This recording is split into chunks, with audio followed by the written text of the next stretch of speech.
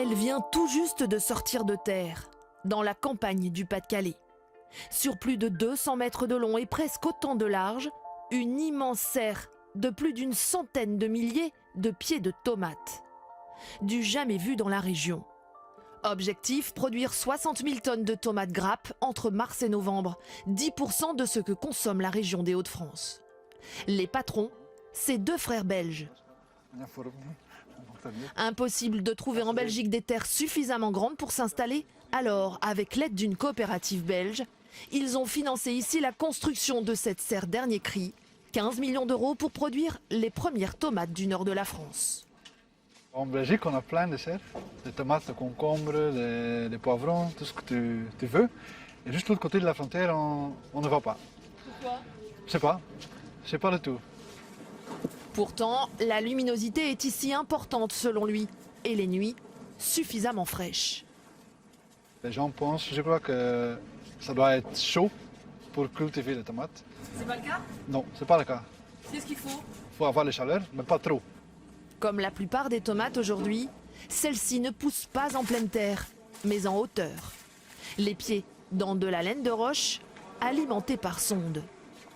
On donne l'eau goutte à goutte avec ce capillaire et on mélange avec des nutriments pour faire grandir les plantes. Tout est généré ensuite informatiquement. Grâce à cette petite centrale électrique, la serre est chauffée une partie de l'année avec la chaleur récupérée. Pour l'irrigation, cet énorme bassin de récupération d'eau pluviale. Ce consultant de la région les a aidés à convaincre élus, habitants et même les agriculteurs locaux de l'intérêt du projet.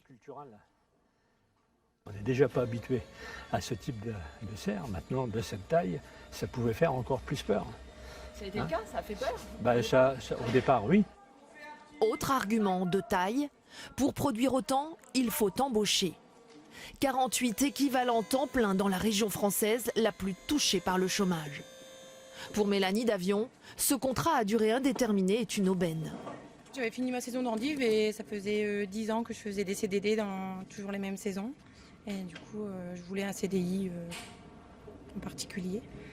Donc voilà, j'ai sauté sur l'occasion. Une fois récoltées, les tomates prennent toutes seules la direction de l'emballage grâce à ces automates. Avant leur commercialisation dans la région. Vous reconnaissez les tomates sur le carton ici, c'est le logo. Donc la production des Hauts-de-France.